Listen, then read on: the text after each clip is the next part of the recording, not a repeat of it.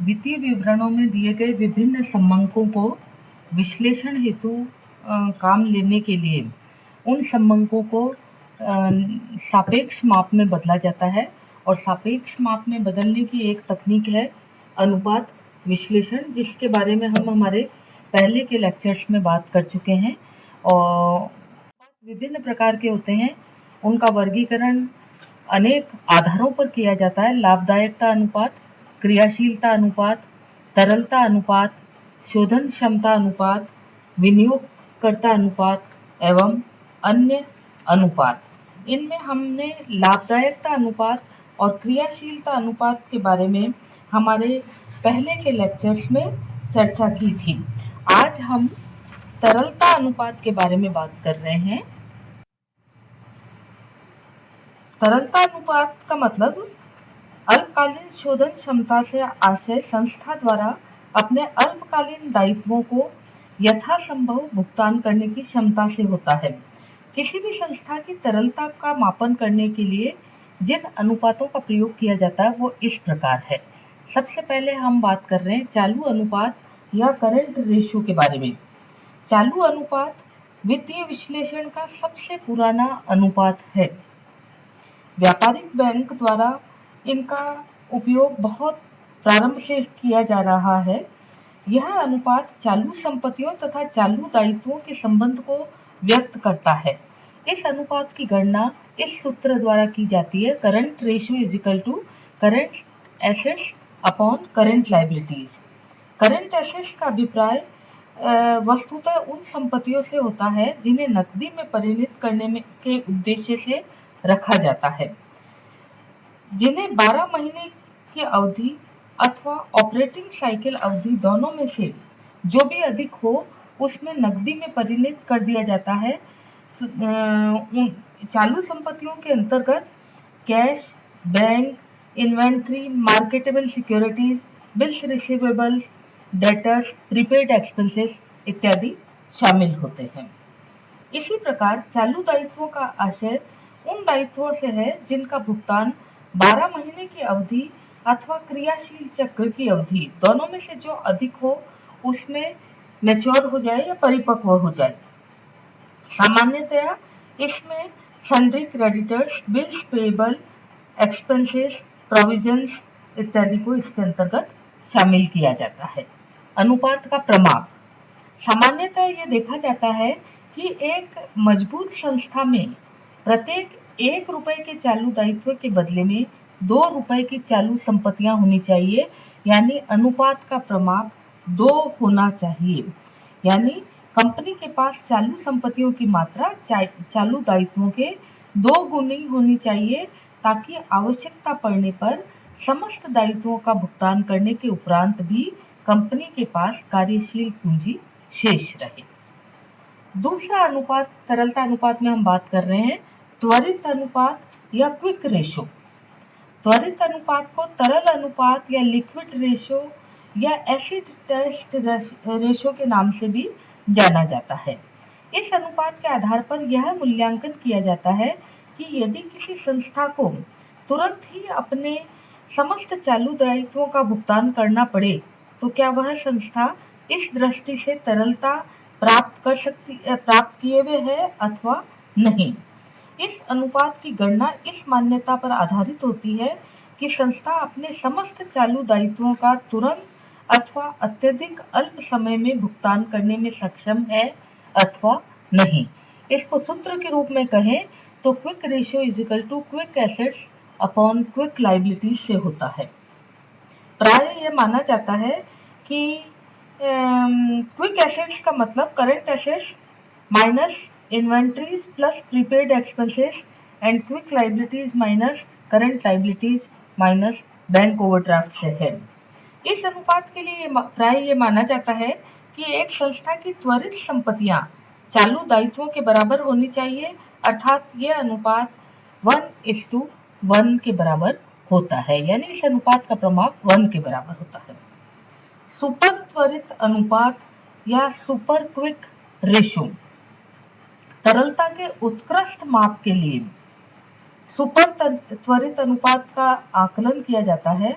इस अनुपात को निरपेक्ष तरलता अनुपात यानी एब्सोल्यूट लिक्विड रेशियो के नाम से भी जाना जाता है। इसका सूत्र इस प्रकार हो सकता है, super quick ratio is equal to cash plus marketable securities plus bank balance divided by quick liabilities. इस अनुपात का प्रमाप 0.5 के होता है। तरलता अनुपात के बाद में हम बात कर रहे हैं शोधन क्षमता अनुपात के बारे में। किसी व्यावसायिक संस्था की दीर्घकालीन शोधन क्षमता से आशय उस संस्था की उस क्षमता से है जिसके माध्यम से वह अपने दीर्घकालीन दायित्वों का यथासंभव भुगतान करने में और अपने अंशों के मूल्य में वृद्धि करने में सक्षम हो। सामान्यतया एक संस्था की दीर्घकालीन शोधन क्षमता को इन अनुपातों के माध्यम से ज्ञात किया जाता है। ऋण समता पूंजी अनुपात। एक व्यावसायिक संस्था के पूंजी ढांचे में दीर्घकालीन वित्त के स्रोतों के रूप में कंपनी के अंशधारियों द्वारा विनियोजित सामान्य पूंजी यानी इक्विटी शेयर, पूर्वाधिकार अंश पूंजी यानी प्रेफरेंस शेयर्स और ऋण पूंजी यानी डेट्स इत्यादि शामिल होते हैं। और इन सब के मिश्रण से कंपनी का पूंजी ढांचा बनता है। एक साउंड पूंजी ढांचा दीर्घकालीन शोधन क्षमता का प्रतीक है। अतः पूंजी ढांचे के स्वभाव का अध्ययन करने के लिए ऋण समता पूंजी अनुपात की गणना की जाती है। ऋण समता पूंजी अनुपात को तीन आधारों पर निकाला जाता है। कुल दीर्घकालीन कोषों पर आश्रित, इसके अंदर debt equity ratio is equal to होता है debt upon debt plus equity या लॉन्ग टर्म फंड्स से इसका आशय होता है। दीर्घकालीन विनियोजित कोषों में समता अंश पूंजी, पूर्वाधिकार अंश पूंजी, संचय एवं आधिक्य तथा दीर्घकालीन ऋणों के कुल योग में से काल्पनिक संपत्तियों को घटाने के पश्चात उपलब्ध राशि होती है। और डेट से आशय दीर्घकालीन ऋणों से है, जिसमें ऋण पत्रों के निर्गमन से प्राप्त ऋण, वित्तीय संस्थाओं से प्राप्त ऋण एवं अन्य दीर्घकालीन स्रोतों से प्राप्त दीर्घकालीन ऋण को शामिल किया जाता है। इस अनुपात का अधिकतम मान 0.67 हो सकता है, अर्थात कुल दीर्घकालीन विनियोजित पूंजी में से 2 हिस्से ऋण और 1 हिस्सा समता का होना आदर्श माप माना जाता है। इसको ऋण समता अनुपात को निकालने का दूसरा तरीका हो सकता है अंशधारियों के कोषों पर आधारित, यानी debt equity ratio is equal to debt upon equity. यहाँ पर इक्विटी से आशय समता अंश पूंजी, पूर्वाधिकार अंश पूंजी, रिजर्व एंड सरप्लस, इसमें से काल्पनिक संपत्तियों को घटाने के पश्चात बची हुई राशि से है।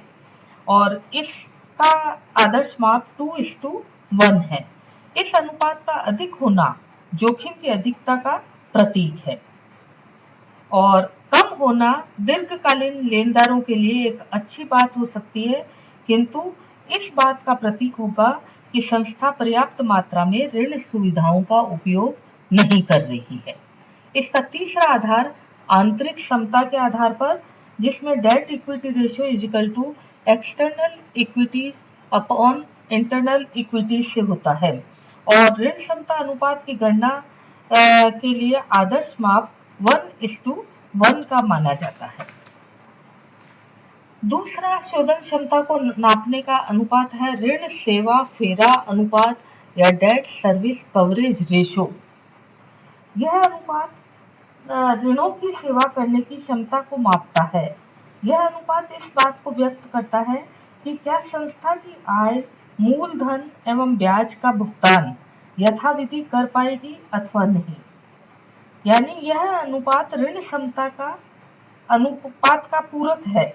इस अनुपात का अधिक होना इस बात का प्रतीक है कि फर्म अपने ऋणों की सेवा उचित ढंग से कर पाएगी।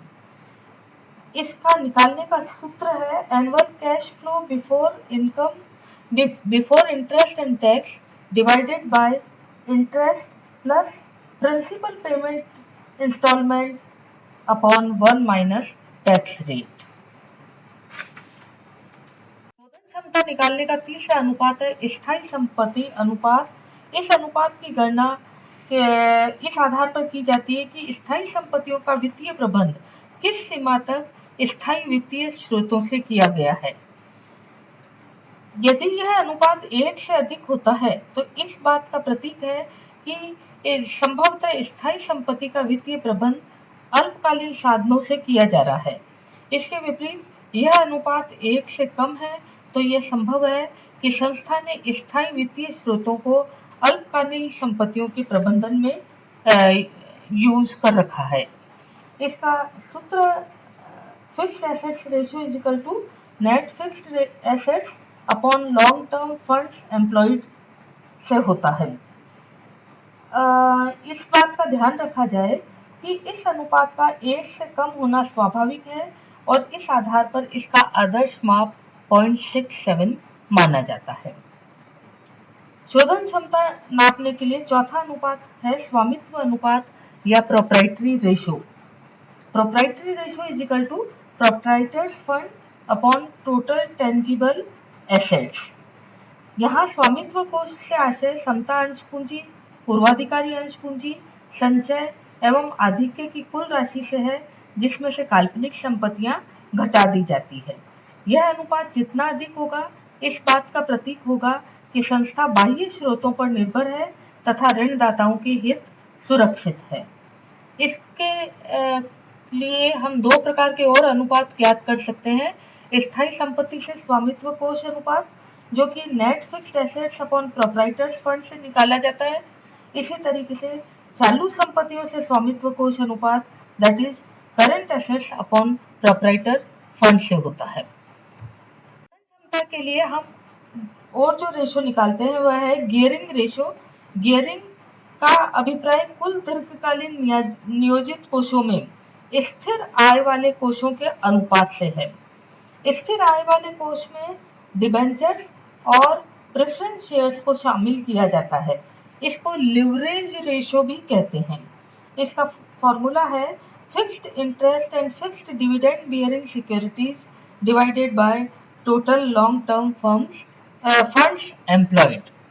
शोधन क्षमता के लिए जो अगला अनुपात जिसकी हम बात कर रहे हैं वह है सकल शोधन क्षमता अनुपात। यह अनुपात संस्था की दीर्घकालीन शोधन क्षमता का ग्रॉस एनालिसिस करता है। इसके द्वारा यह पता लगाया जाता है कि क्या संस्था की संपूर्ण संपत्तियां बाह्य ऋणों का चुकारा करने में पर्याप्त है अथवा नहीं। इसको फॉर्मूले के रूप में हम बोले तो total tangible assets divided by preference share capital plus borrowings plus current liability से होता है। कुछ अनुपात हम शेयर होल्डर्स के लिए भी निकालते हैं। अंशधारियों के लिए अनुपात किसी कंपनी के अंशों में धन विनियोजित करने वाले विनियोगकर्ता यानी विनियोगकर्ताओं के लिए अनुपात इस प्रकार हो सकते हैं। पहला अनुपात है प्रति अंश आय या अर्निंग पर शेयर। समता अंशों पर लाभांश की मात्रा एक संस्था द्वारा कर के बाद उपलब्ध लाभों पर निर्भर करती है। इस अनुपात के अधिक होने से बाजार में शेयर्स का रेट बढ़ती है और फॉर्मूले के रूप में earning per share is equal to earning after tax and preference share dividend divided by number of equity share से होता है। इसी प्रकार भुगतान अनुपात या पे आउट रेशो, यह अनुपात कंपनी द्वारा वास्तव में भुगतान किए गए लाभांश तथा प्रति अंश अर्जन के संबंध को व्यक्त करता है। POR is equal to dividend declared per equity share upon earning per share into 100। अगर POR 100% के बराबर है इसका मतलब कंपनी ने अपनी संपूर्ण आय का वितरण कर दिया है तथा आय का संचय नहीं किया है। अगर POR is less than 100% है तो इसका मतलब है कि कंपनी ने अर्जित लाभों का एक हिस्सा विकास एवं विस्तार कार्यों के लिए रोक लिया है और शेष का वितरण कर दिया है। POR is greater than 100% है, इसका अभिप्राय यह है कि कंपनी ने न केवल वर्तमान आय को पूरी तरह से बांटा है वरन लाभांश की दर को बनाए रखने और संभवतः इसे बढ़ाने हेतु पिछले संचयों का भी उपयोग किया है। इसी तरीके से अंशधारियों के लिए कीमत अर्जन अनुपात या प्राइस अर्निंग रेशियो भी निकाला जाता है। इस अनुपात का अभिप्राय यह है कि कंपनी का प्रति अंश अर्जन अंशों के बाजार मूल्य को कितनी बार टर्नओवर करता है या आवर्त करता है। फॉर्मूले के रूप में हम कहें तो मार्केट प्राइस पर equity share upon earning per share. इस अनुपात का अधिक होना विनियोगकर्ताओं के लिए उत्साहवर्धक माना जाता है। प्राप्ति अनुपात या यील्ड रेशियो। इस अनुपात के द्वारा विनियोगकर्ताओं को इस बात का आभास होता है कि उनके द्वारा विनियोजित धनराशि पर इफेक्टिव यील्ड क्या है या प्राप्ति क्या है। इसके लिए formula dividend per share upon market price पर शेयर इनटू 100। अनुपातों के आदर्श माप या सामान्य सुरक्षा स्तर। इसके अंदर हम ये देख रहे हैं कि विभिन्न प्रकार के अनुपातों के लिए क्या फॉर्मूले हैं और कितना आदर्श माप है, जिसको हम इस टेबल में क्रमशः तरलता अनुपात, लिवरेज अनुपात, क्रियाशीलता अनुपात और लाभदायकता अनुपात, जिनके बारे में हम पहले भी चर्चा कर चुके हैं, उसको बताया गया है।